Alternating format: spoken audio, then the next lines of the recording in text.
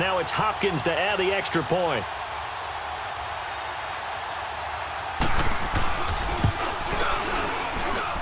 Hopkins with the extra point, and that will extend this big lead. So that drive spanned 5 plays, and a long run there in the end to top it off.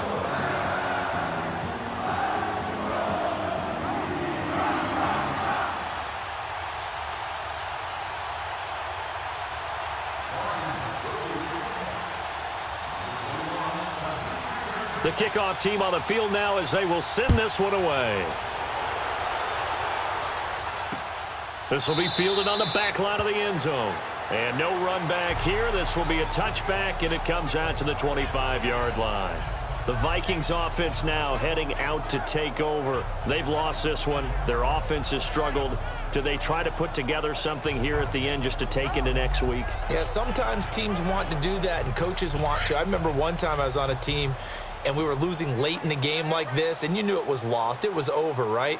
And the coach called a running play and pretty much said to everyone, I want to see something executed well before we get out of here. And that was the message to the team. Just something to build on. Just something to build on, get it done, and maybe we can look at that and say, we'll get better as we go forward. Successful start to the drive, 17 yards, and moves the sticks.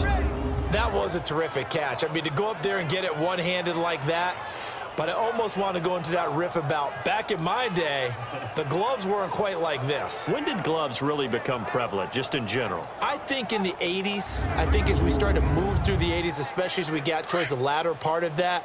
But a lot of those were really like baseball batting gloves to begin with not much of a tacky area on the glove. In fact, there was none. I actually remember in cold weather games wearing the old scuba gloves, which you'd wear in the diving, but they would split too easily in the course of a game. Then the glove manufacturers got smart and started adding to it, and here we are today.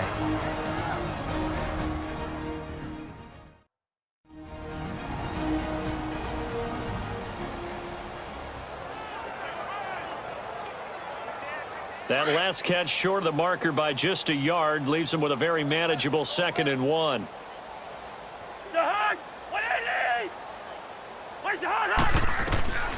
Now Cousins. The attempt on the dive, and he has it. What a catch.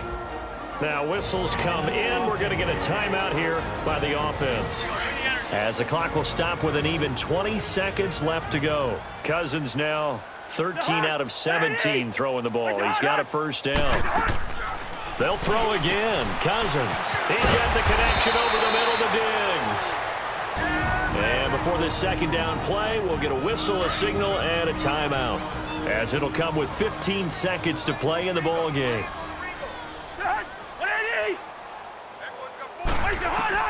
Again, it's Cousins.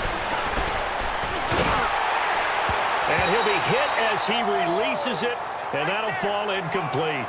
They don't get the hook up there, but you really have to marvel at how precise he's been throwing the football these last couple weeks. Oh, that's the perfect word for it, precise, because if you're at 70% or better 2 weeks in a row, you have a job as long as you want one in this league, won't you? I mean, let's face it, it's not just West Coast offense either. He's putting the ball downfield as well.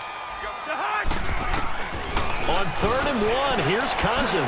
Over the middle here to Rudolph. And he will have the first down across the 20 to the 19-yard line. And now we're going to get a timeout. Somewhat pointlessly called with 3 seconds to go in a game that's already been decided.